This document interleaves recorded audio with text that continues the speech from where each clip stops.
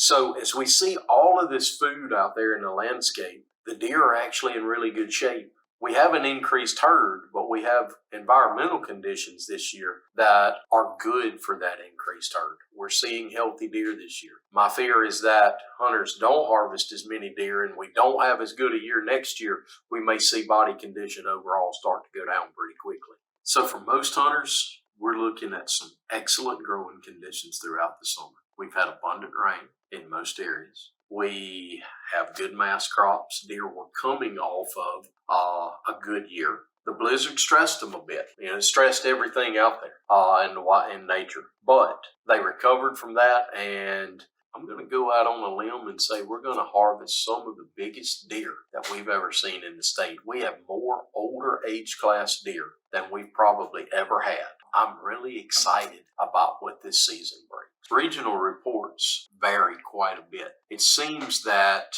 red oaks are good in some areas, spotty in others. White oaks are great in some areas, spotty in others. A lot of that's going to time back to some of these spring rains we were getting during pollination. And if it suppressed the pollen and they couldn't pollinate, it probably has a lot to do with that. We got to go all the way back to the blizzard back in February that hit basically the entire state. That stressed a lot of the plants out there. Stressed plants produce more fruit. So what we're seeing and expecting this year is an increased acorn crop. We're seeing persimmon crops that are unbelievable. Other soft mass like elderberry and American beautyberry and blackberry crop was just outrageous this year. But bottom line, nowhere has reported a poor acorn crop for this year. Harvest regionally overall is staying about average. It increased proportionately across most of the regions, the central, north, southeast, and southwest. The Delta is its own animal here. The Delta was impacted in 2019 by one of the most significant flooding events to occur in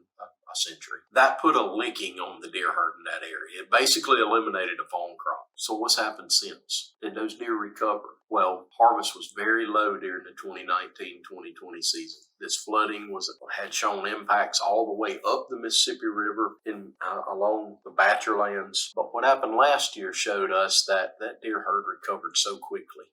So harvest increased. It still wasn't at a level it was back in 2017 and 2018. But here's the kicker. Buck body weights, adult buck body weights were at a 25-year high last season. Adult doe body weights were at a 27-year high. I anticipate those areas are going to produce some of the most outstanding deer the state has ever seen this year.